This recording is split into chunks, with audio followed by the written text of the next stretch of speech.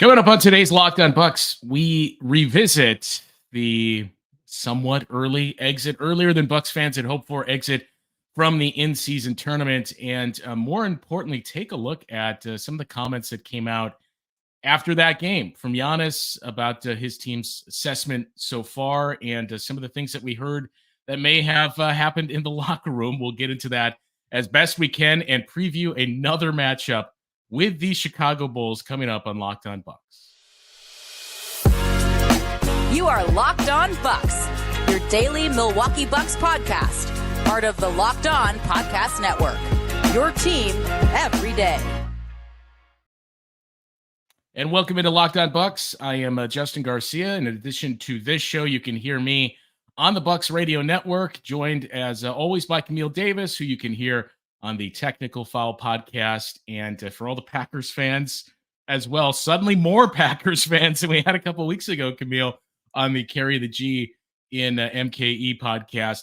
We thank you for making Locked On your first listen every day. We're free and available wherever you get your podcasts and on YouTube as part of the Locked On Podcast Network, your team every day. And today's Locked On Bucks is brought to you by Prize Picks. It is the easiest and most exciting way to play daily fantasy sports. Go to prizepicks.com/LockedOnNBA. Use code all lowercase Locked On NBA for a first deposit match up to $100.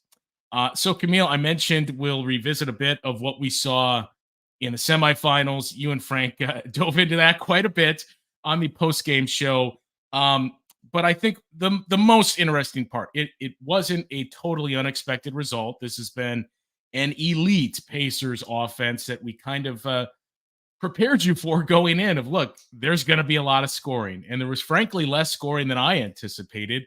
But what we saw was, I don't know how much of it was kind of what we've talked about with the Bucks recently, where the Pacers were doing just enough on the defensive end. And that's kind of been a trend in some of their games, by the way, versus the Bucks just not executing.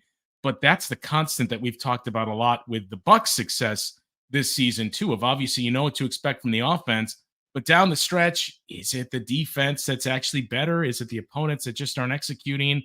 Are those two related together? And that's what we saw from the Pacers on Thursday.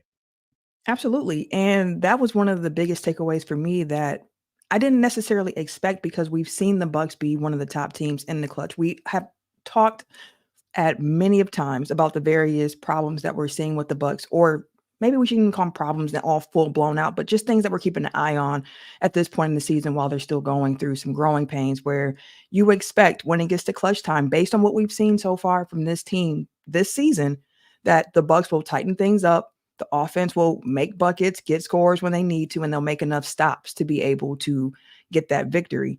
And against the Pacers in that tournament game, it was the opposite way around, where the Pacers actually came through. They got the stops they needed.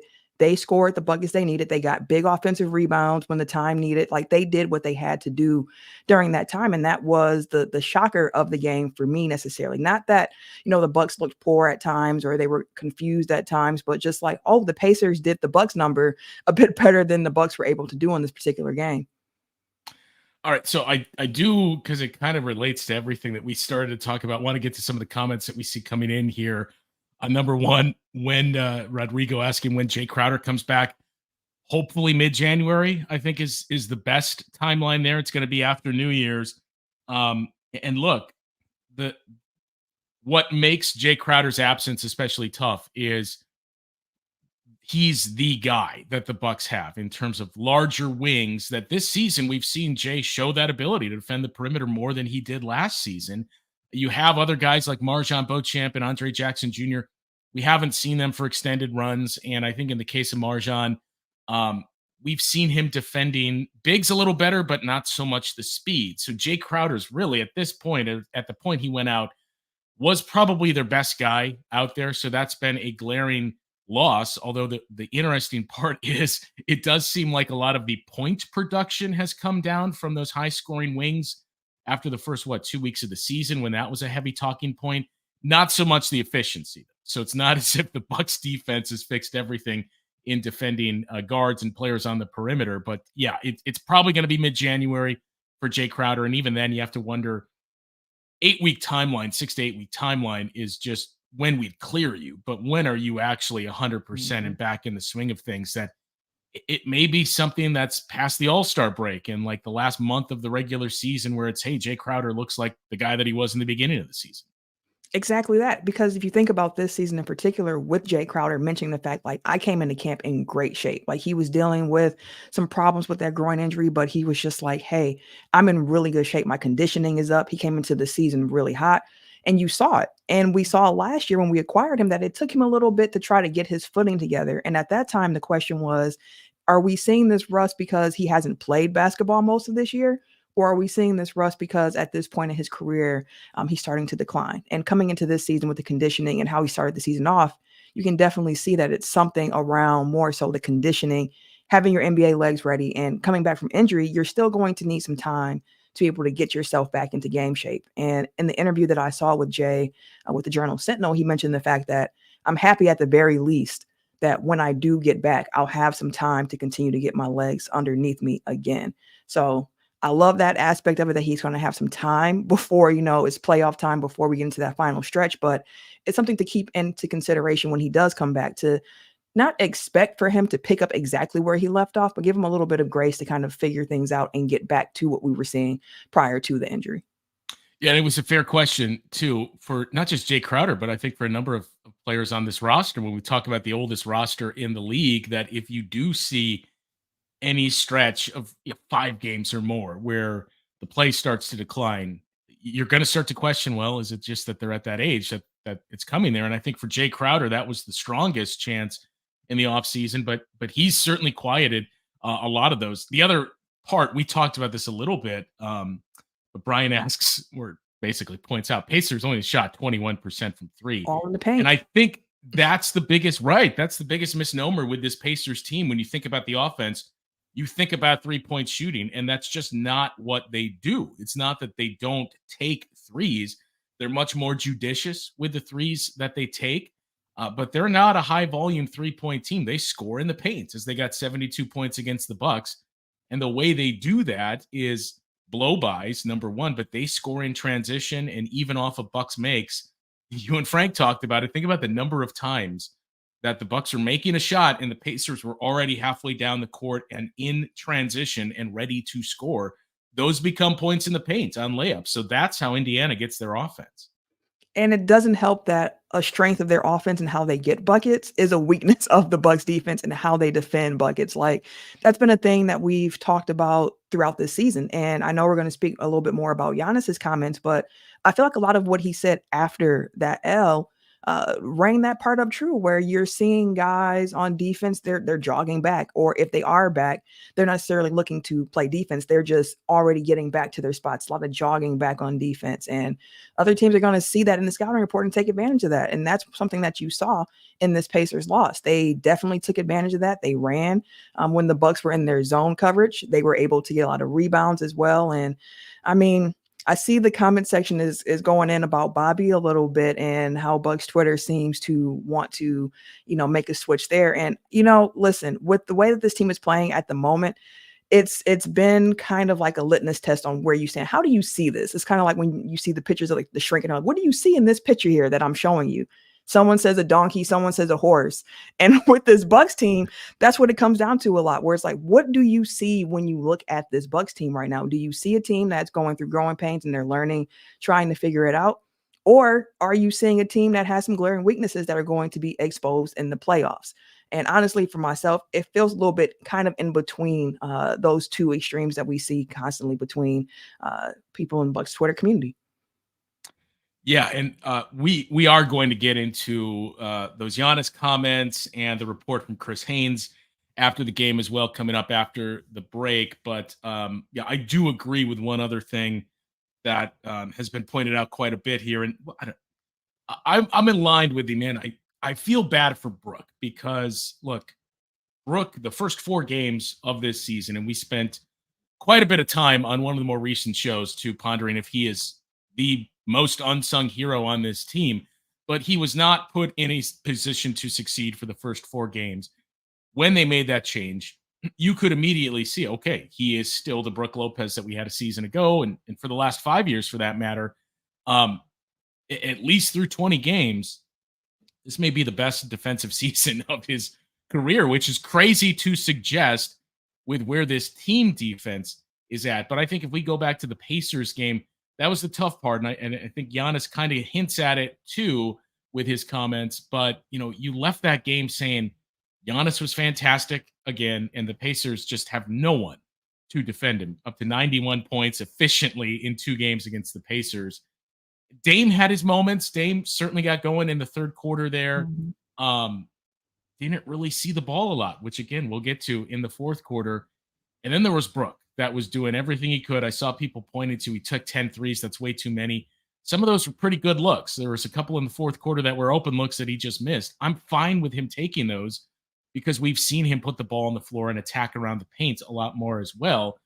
It's really those guys that you would point to and say, I felt like they had large portions of or fully played a good game. Other than that, the struggle was finding who else could we move that was close to that category. And against a Pacers team, especially that plays an up-tempo style and that gets scoring from all across their roster. It's not just Tyrese Halliburton. That's especially tough to keep up with when they're getting consistent.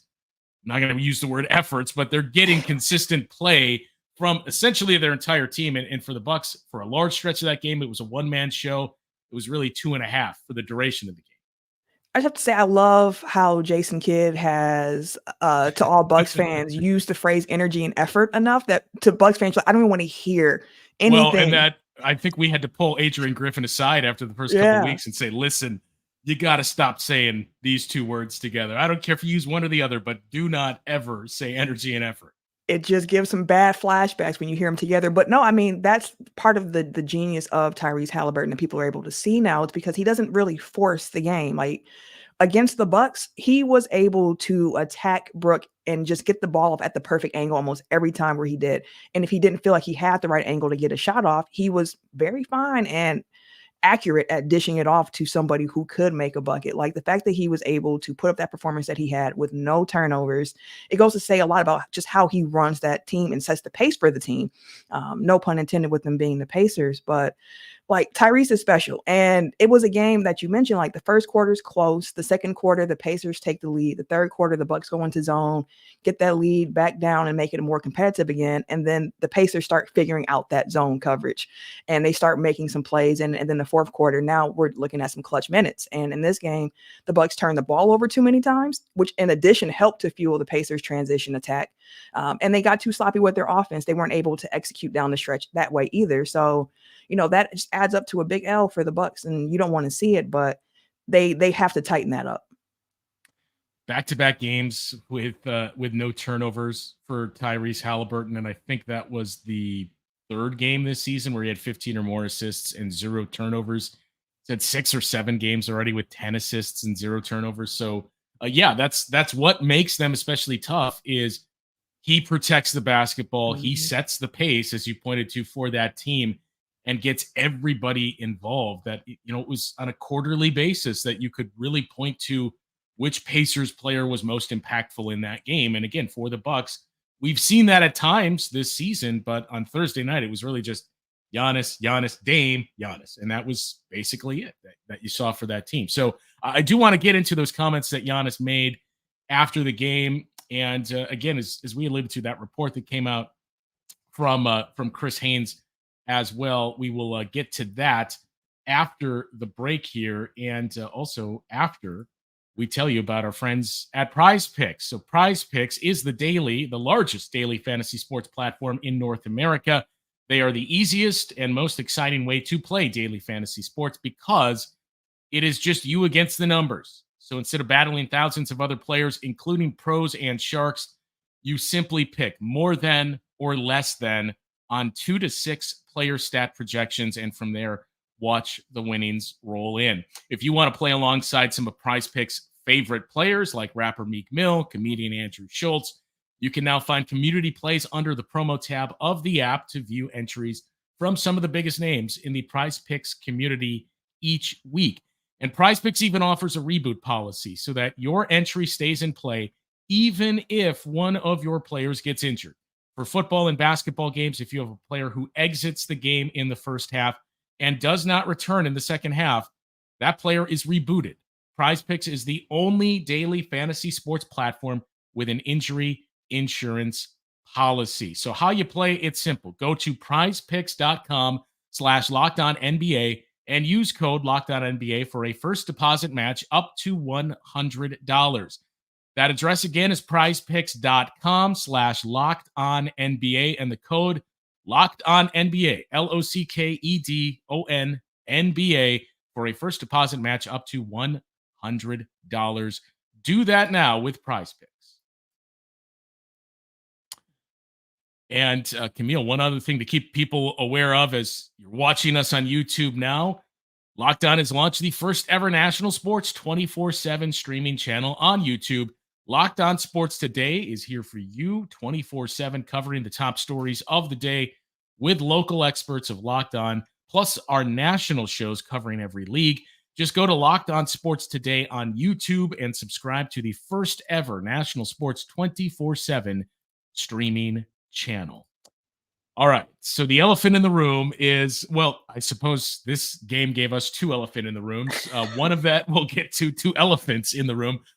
One we'll get to in just a second, but I do want to start with, as you alluded to, the comments from Giannis after the game. This is probably the third instance this season already where it's not as though Giannis is saying, okay, let me get everything off my chest here, but when you're asked about performance and, hey, what happened in the fourth quarter? Earlier in the season, it was the defense. That you've had Giannis give these types of answers now about 3 times this season. So Giannis asked about basically the final quarter and the final couple of minutes of that game, because, again, very similar game to the first meeting between these two teams. Pacers ran out to a double-digit lead. Bucks countered. They took the lead going into the fourth quarter, and then it all suddenly changed. So Giannis was kind of asked about the similarities of that and just what we saw from that offensive group down the stretch, and said, we have to be more organized. We have to know what we're trying to get down the stretch. At the end of the day, like down the stretch, it's about effort and attitude. You have to go out there and take it. I feel the Indiana Pacers team, that's what they did. So I think everybody is going to cling to the organization part. And especially as we've seen established early in the season, there are really two camps of Bucks fan this year. You're either with the head coach or you're against the head coach. There doesn't really seem to be a whole lot of in between. And when you hear those comments like organization, I think if you were already, I'm not sure about this, you're going to take those comments and run with, well, they're not organized. That starts at the top. That's clearly on the head coach. But I don't know, and this isn't just me as a Bucks employee saying this, but I don't know how much I can go along with that, because for Adrian Griffin, I don't know that you can fault him for what happened down the stretch of that game. I'm not saying that there are things he shouldn't receive blame for this season, but Giannis saying organization, I think part of that is, as much as we've joked about it the last couple of years, when you have a coach whose message is to play random, Yes. you're empowered and have that freedom that this is how we used to do things. And as we saw with the defensive side, we knew it was going to be an adjustment to go from such a different defense in theory to what Adrian Griffin wants to run here. We saw after 4 games, it was just, okay, we're going to have to sprinkle in pieces of this. It can't be wholesale. And I think the same applies offensively. And especially when you have Damian Lillard, that you can kind of get into this tunnel vision of, this is how we used to do things. This is me and Giannis. This is Chris and Giannis, or Chris and Brooks setting these things up. And it's just, well, it's different now, guys. You have Malik Beasley who can get his own shot.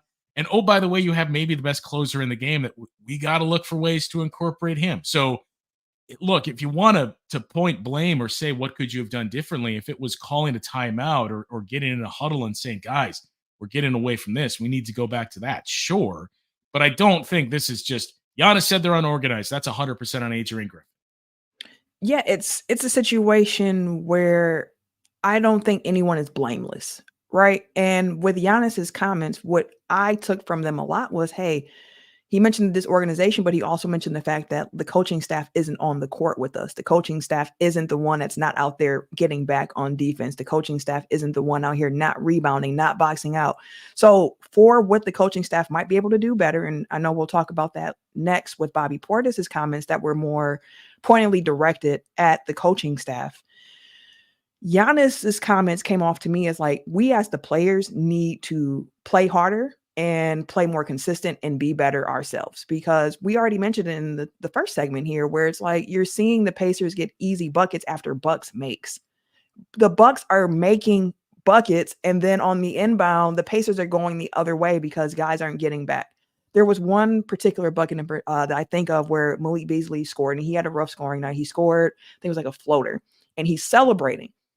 And as he's celebrating, everyone else is getting back down the court, and the Pacers score very easily. And it's like, you don't like to see things like that.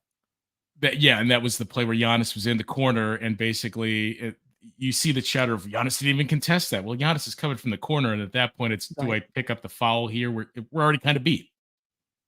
Yeah, and I don't know if we mentioned it, but we are recording this live on YouTube, so we have some folks dropping in comments, and I've seen a few comments coming in about why couldn't the Bucks do what the Lakers did against the Pacers. And it's like, well, the Lakers also have Vanderbilt, and they have Cam Reddish, who has been pretty decent defensively so far this season. And Cam Reddish was fantastic last night. Yes. And that's a difference. So when you're looking at personnel, Lakers, Bucks don't exactly match up 1-to-1.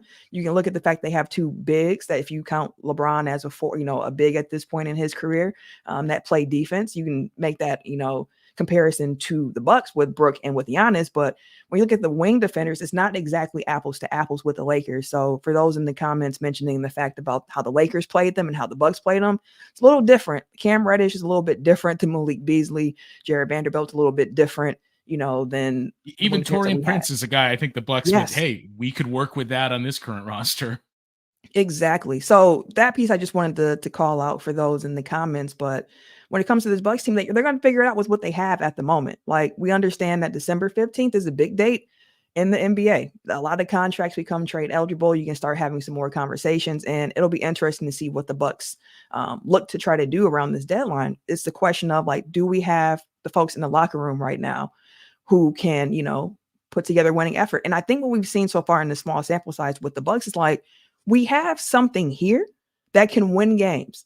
What can we tweak around the edges here to be better? Because again, a lot of the ways the Bucks get beat, it's on them. It is. And, it seems like rebounding has come up quite a bit in the comments too. I do want to get to that. It should. And it's really two areas specifically that we have pointed to constantly for 21, whatever number of games it is this season. And rebounding has been one of those. So I do want to get into that coming up after our break here, and take a little bit of a look at the Chicago Bulls, a team that we're very, very familiar with by now. But yes, rebounding. Oh, go ahead. I was saying we're too familiar with the Bulls at this part. The fact that we have Bulls and Pacers again this week, it's like, man, I'm tired of seeing these teams. Can we get a little break?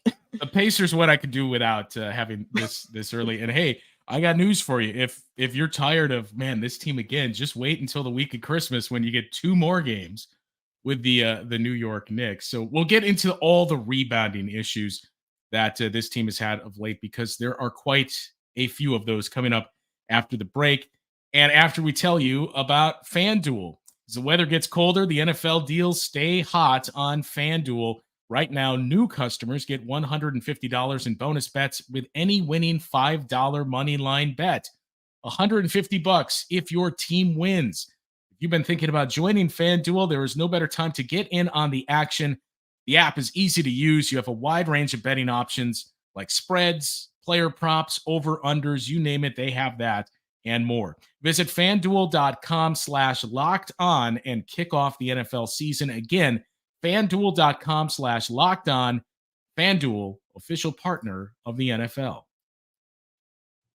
All right, rebounding. Where do we even begin with this? Because it has been a constant refrain here, and a couple of the comments pointing out, look at the number of rebounds the Lakers had against the Indiana Pacers. That you had LeBron James and Anthony Davis combined for 31. Anthony Davis was basically what we saw Giannis do to that defense of the Pacers, but statistically, he took it up another level with 20 rebounds. That's the type of player that's going to give this Pacers team problems. They are very athletic. They have some length. Miles Turner is a good rim protector, but you can scheme, as we've seen teams do, to pull him away from the basket. And then there's just nobody that's going to take on that type of challenge like a Giannis or an Anthony Davis. But it is a valid point when you look at not just the raw rebounds, but you look at where they came from. The Lakers got 12 offensive rebounds. They won that battle against the Pacers. Pacers are a very bad rebounding team. They're okay on the offensive glass, and a lot of that has to do with a Miles Turner and a Bruce Brown and what he brings to the team and the way some of those guys play. But these are all areas the Bucks have been top 5 in team rebounding and defensive rebounding. They've been much better the last couple of years on the offensive glass when that became an emphasis. And now we've seen largely the same personnel slide all the way down towards the bottom in the league. And when you look at some of these instances, we saw a brief stretch 2 weeks ago when, I know it's a small sample size, but for I think a 5-game stretch for about a week and a half, the Bucks were the best rebounding team in the league in offense or in defensive rebounding, total rebounding. They were much better on the offensive glass. Granted, they played very, very bad rebounding teams, but I thought that would be the start to say, okay, now they're starting to piece this together. I keep pointing back to Mike McCarthy, how he always used to say stack successes, that it was the Bucks essentially doing that. And then it just evaporated.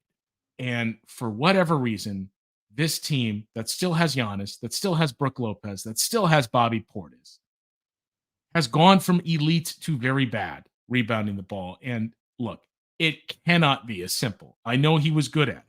It cannot be as simple as Drew Holiday's gone.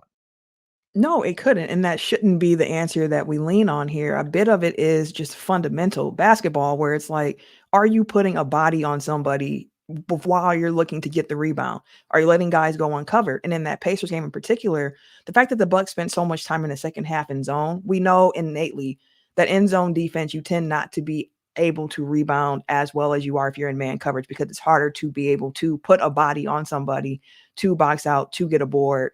And the Pacers were able to sneak and get some boards in that game. But even when you look at the previous game, you're just kind of like, I don't understand. The Bucks this season rebounding, as you mentioned, it has been poor. And people point to the fact that Brook Lopez is out there, and we know that Brook Lopez has never been somebody who gets big rebounding numbers. Brook Lopez has always been somebody who, is, for better or worse, is going to look to box out and make sure that one of his guys can get the ball. He's going to look to tip the ball out. Hopefully one of his guys gets it, and then they can initiate the fast breakdown the other way down the floor.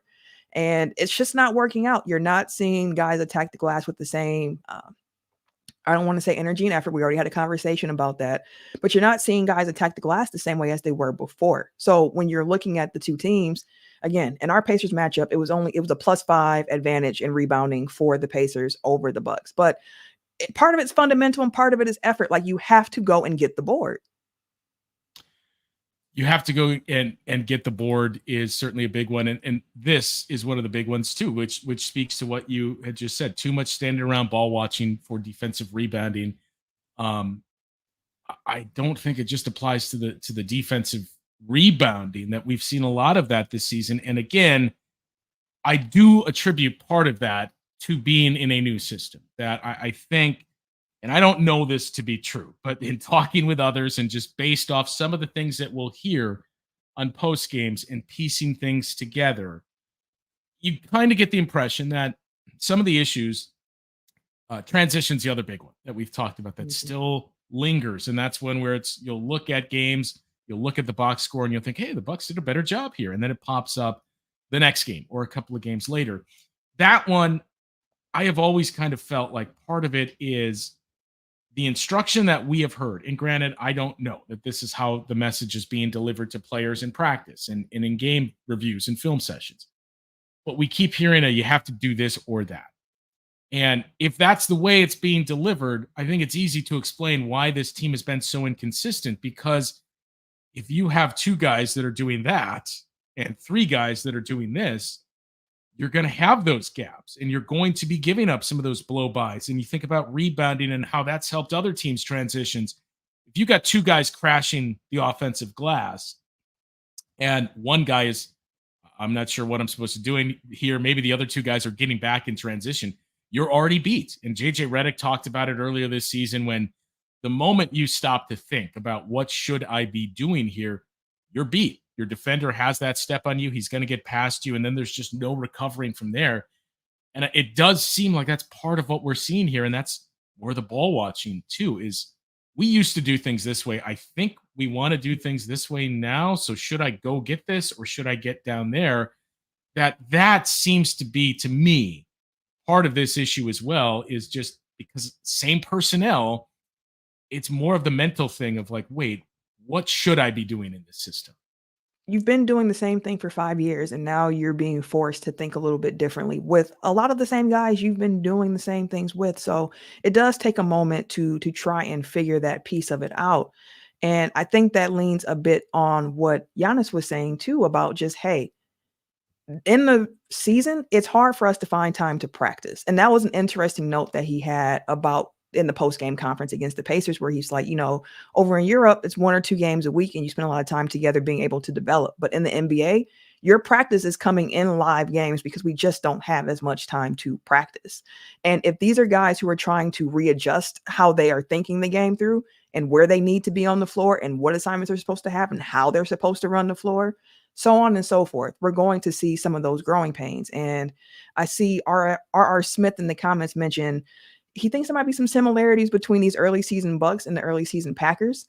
And hopefully that the light switch will go off how it did in Green Bay here in Milwaukee with this team. But a lot of things are communication, being in the right place, playing hard. Like there are some things that this team is just going to have to continue to adjust to. And we might just have to continue to see those growing pains play out in real game situation rather than the team being able to figure a lot of these things out in practice on that court. Yeah. And I'll say this again, that it's going to take time this year, that we've continued to point that out. And it seemed like, are they starting to turn the corner here? Are they figuring it out? Maybe, but it's still not 100%. But I think what you're seeing is the skeleton that's there. Like, hey, if we can come together and figure this out, we have something. The big thing is you've seen how much better they've been, albeit that wasn't the case against the Pacers on Thursday, but by and large, how much better they've been in the clutch and in the half court as an offense, and how much Damian Lillard can change that. So if we were going to point to one thing of, hey, don't lose hope, you still have this. For me, it's that. And that's the biggest difference between them now and the last 5 years. That was the issue. You couldn't score. You could get all the stops in the world, but sooner or later, that well's going to run dry and you're not scoring on the other end. It just becomes insurmountable when that's the case. So that's different this year. But I think the big message is we've continued to push forward is, okay, but you shouldn't want to play in a clutch game every game. Like, start to show me we don't have to rely on those final 5 minutes. And that's going to be a big part moving forward as we continue to see less and less of that. And as a few people have pointed out as well, look, we pointed it out too. You don't have Pat Connaughton right now. You don't have Jay Crowder.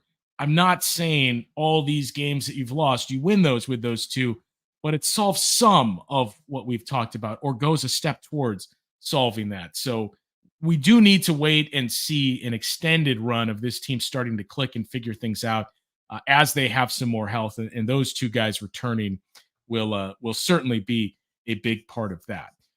We will have a game recap tomorrow night, the Bucks and the Bulls once again. So yeah, as it's been pointed out, you got the Bulls, you got the Pacers at home as well. You've got the Celtics coming up in about a month or so as well, and 2 games with the New York Knicks. So you got all these teams that we've seen a lot of popping up on the schedule, but there are a lot of home games. So I talked about it last time too. If the Bucks wouldn't have been in the semifinals and would have been playing the Pacers at home, you basically would be home for a month, where you would be in the Milwaukee area or Chicago from November 29th all the way until December 22nd. So when you have this amount of home games too, the other thing to make note of, I know it doesn't happen a lot, but it gives you time to have more practices and film sessions and use your facilities. And these are things that Giannis's comments have alluded to. So that's one area to see if that helps this group take a step forward. Any final thoughts before we wrap up here, Camille? My last thought, just really quick on the Bobby Portis comment that came out. which we did not get to. Yeah. Yeah, just really quick. It was interesting to me to hear that come out because one, not used to hearing a lot of things come out of the Bucks locker room as it is about what's going on behind the scenes with them. So that was interesting. And also that it was Bobby who was the one who spoke up because, I mean, we've talked about the bench play. Giannis mentioned that too in his post-game conference. Like, our bench play hasn't been great. And in that Pacers game, the Pacers bench was so much better than ours. So I was like, the messenger is interesting, but frustration is frustration. When you see something that's not working, you're going to call it out. And based on what the reports that came out said, it appears that Griff was like, hey, I feel you on that. Like, I can be better and y'all can be better. And Bobby said, yes, we have some ownership of that as well. And again, it's more signs to me of growing pains with this team. And at this point in the season, on December 10th, 2023, we are not sure if these growing pains are a larger systematic problem with this team or if they're just still trying to figure things out. So we don't like to hear the answer. We need more time to see, but with this Bucks team, that's still the case. And I think the next month and a half is going to be very, very interesting to watch for this team. Yeah. And a few people point out as well what we just went over. Look, Griff has been open to that. And these are some of the things we've seen with Bobby Portis that'll help charge him too. And there's no question he's better at home because he energizes the fans and Yep. a lot of home games coming up. So I would expect a pretty good showing from Bobby Portis, given that, and just given some of the things we've gone over with this team. And not to mention, you lost to a Bulls team, an undermanned Bulls team that embarrassed you. So that is an opportunity at redemption there as well. So I would look for a much improved play, a much improved game from Bobby Portis tomorrow night against the Bulls. We should also point out before we wrap up here, Camille, when we don't have a game on a Sunday, we're going to try to make these live at around 10 a.m. sometime in the late morning, that we're going to do these Sunday shows live. So if there is no Bucks game on the schedule that day, we're going to be doing these as live shows and a chance to interact with you guys every Sunday. Camille and Frank will be back with a recap of the Bulls game tomorrow night. For Camille, I'm Justin. We'll talk to you then.